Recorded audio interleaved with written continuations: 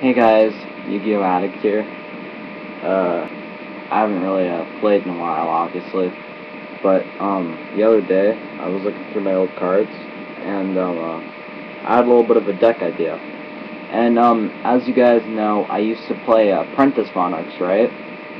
Well, I noticed that Apprentice Magician doesn't have to be sent to the graveyard to get its effect off. So I have a little I think it's a pretty clever idea that I'm going to show y'all real quick. So, to start off, we have 3 Kaios, just a pretty main Monarch.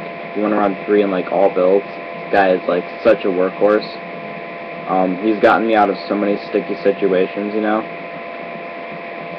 Like, the fact that he only removes and doesn't destroy helps a lot too.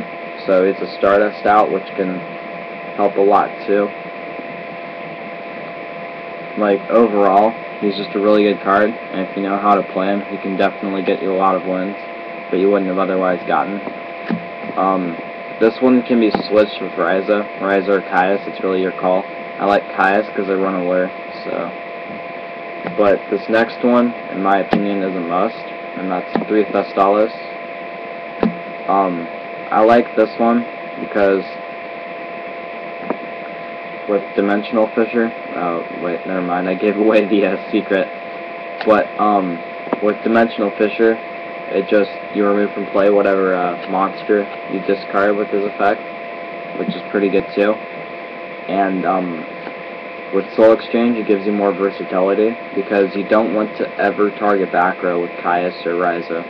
You never want to target back row. That's a really bad play, and it leaves you susceptible to bottomless and compulsories and shit like that. Like, you know, like it's a really bad play. Whereas if you can get one from their hand and they bottomless it anyway, you know, that's fine, you know, it'll get removed, whatever. But at the same time, you'll still plus because they'll get rid of their monster, the bottomless, and the card in their hand, and you'll only get rid of Soul Exchange and Thestalos. So it's still a really powerful play after all these years, back when the original, you know, Soul Control was invented, so still a great play. Next, we have our Tribute Engine, which is 2 Apprentice Magician, 2 Old Vindictive. Let me move this back a little bit. And 1 Crystal Seer. These guys all really put in work. Old Vindictive is really good right now. For a lot, it's basically like this deck's version of Snowman Eater. Like, it's its own built-in Snowman Eater. And Crystal Seer is good because it's like a flip-up duality, basically.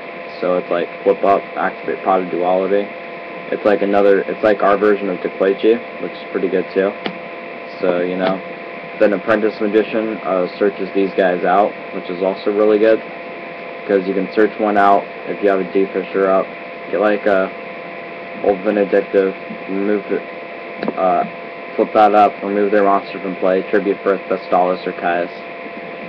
And it has so much synergy with the deck. Next, we have 2 Thunder King Ryo. Since we're running D-Fishers and we're going to go anti-meta, cards like this are a generally good route too. Because if you can wiggle down your opponent and get +1s off the Monarchs, that will allow you to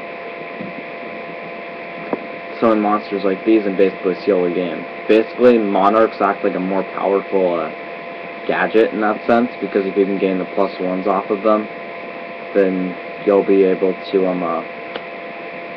get the plus similar to how you would be able to with the gadget, but instead of just being a blind +1, you know, it's an actual decent, you know, 2400 beater, so that's really nice. Ryo itself, obviously, is such a workhorse. It stops Sangans, Goblin Zombies, just random shit like that, you know, and its special summon effect's pretty good too. But you can't do the special summon effect with Dimensional Fissure on the field, which sucks, but overall, you know, it still has great synergy. You have to be careful with the Crystal Seer and Duality with it, though, because they don't go off. And then we have 2 Doom Caliber, which just kind of goes hand in hand with Ryo. Ryo gets past it because its search effect is continuous, so if you have 2 of those on the field in like a Solemn set, you're pretty golden. They're both really great at what they do, and you just have to know when to play each one in different situations.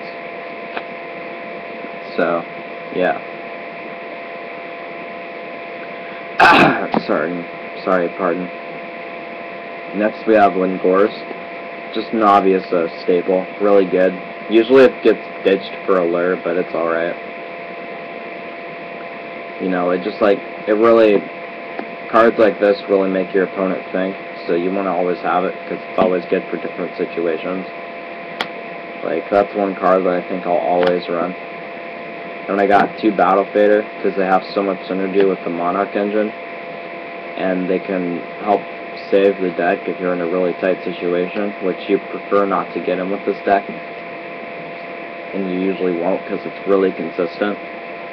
So, next we have one Spirit Reaper. Puts in a lot of work with its discard effect, and it's not being destroyed by battle is really good against Dino Rabbit.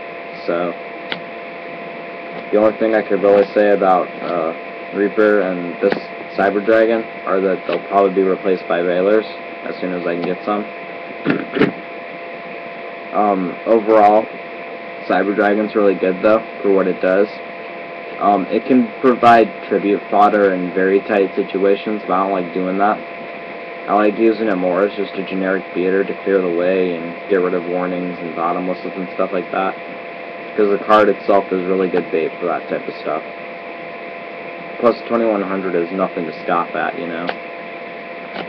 So, next I have 1 Allure, 2 Duality, just generic draw power to help you get through your deck so you can get your Thestalos and your Rises or Caius or whatever you play, and your Soul Exchanges and all that. Sorry, I'm a little sick. Next we have 1 Heavy Storm, 2 Amnesty. Basic trap removal, pretty staple. And then we have 3 Soul Exchange, which go really good with your Caius and your Thestalos. You tribute their monster, and then you get one another card in their field for like literally nothing on your side. You get rid of like no field advantage on your own. Then we have 3 Dimensional Fissure, which syncs so well with the deck. The only card we have that actually activates in the graveyard is Rao's Tribute Effect, which rarely gets activated anyway. Basically, this entire deck just gets past D-Fissure, and this right here stops so much of the meta. Like, it stops Insectors, it wrecks Chaos Dragons. Windups are really the only matchup where this card can be kind of, against. So, I mean, windups are really the only matchup this deck has that's a problem, and those aren't really played in my area, so I'm okay. Next, we have 1 Monster Reborn. This is just generic revival, because you won't always have Dimensional Fissure, and I don't play macro, so I don't have to worry about that. 1 Book of Moon, just a staple, 1 Dark Hole. Next I have the Solemn Brigade, Mirror Force, and Torrential. Alright, let me know what y'all think of the deck, and peace.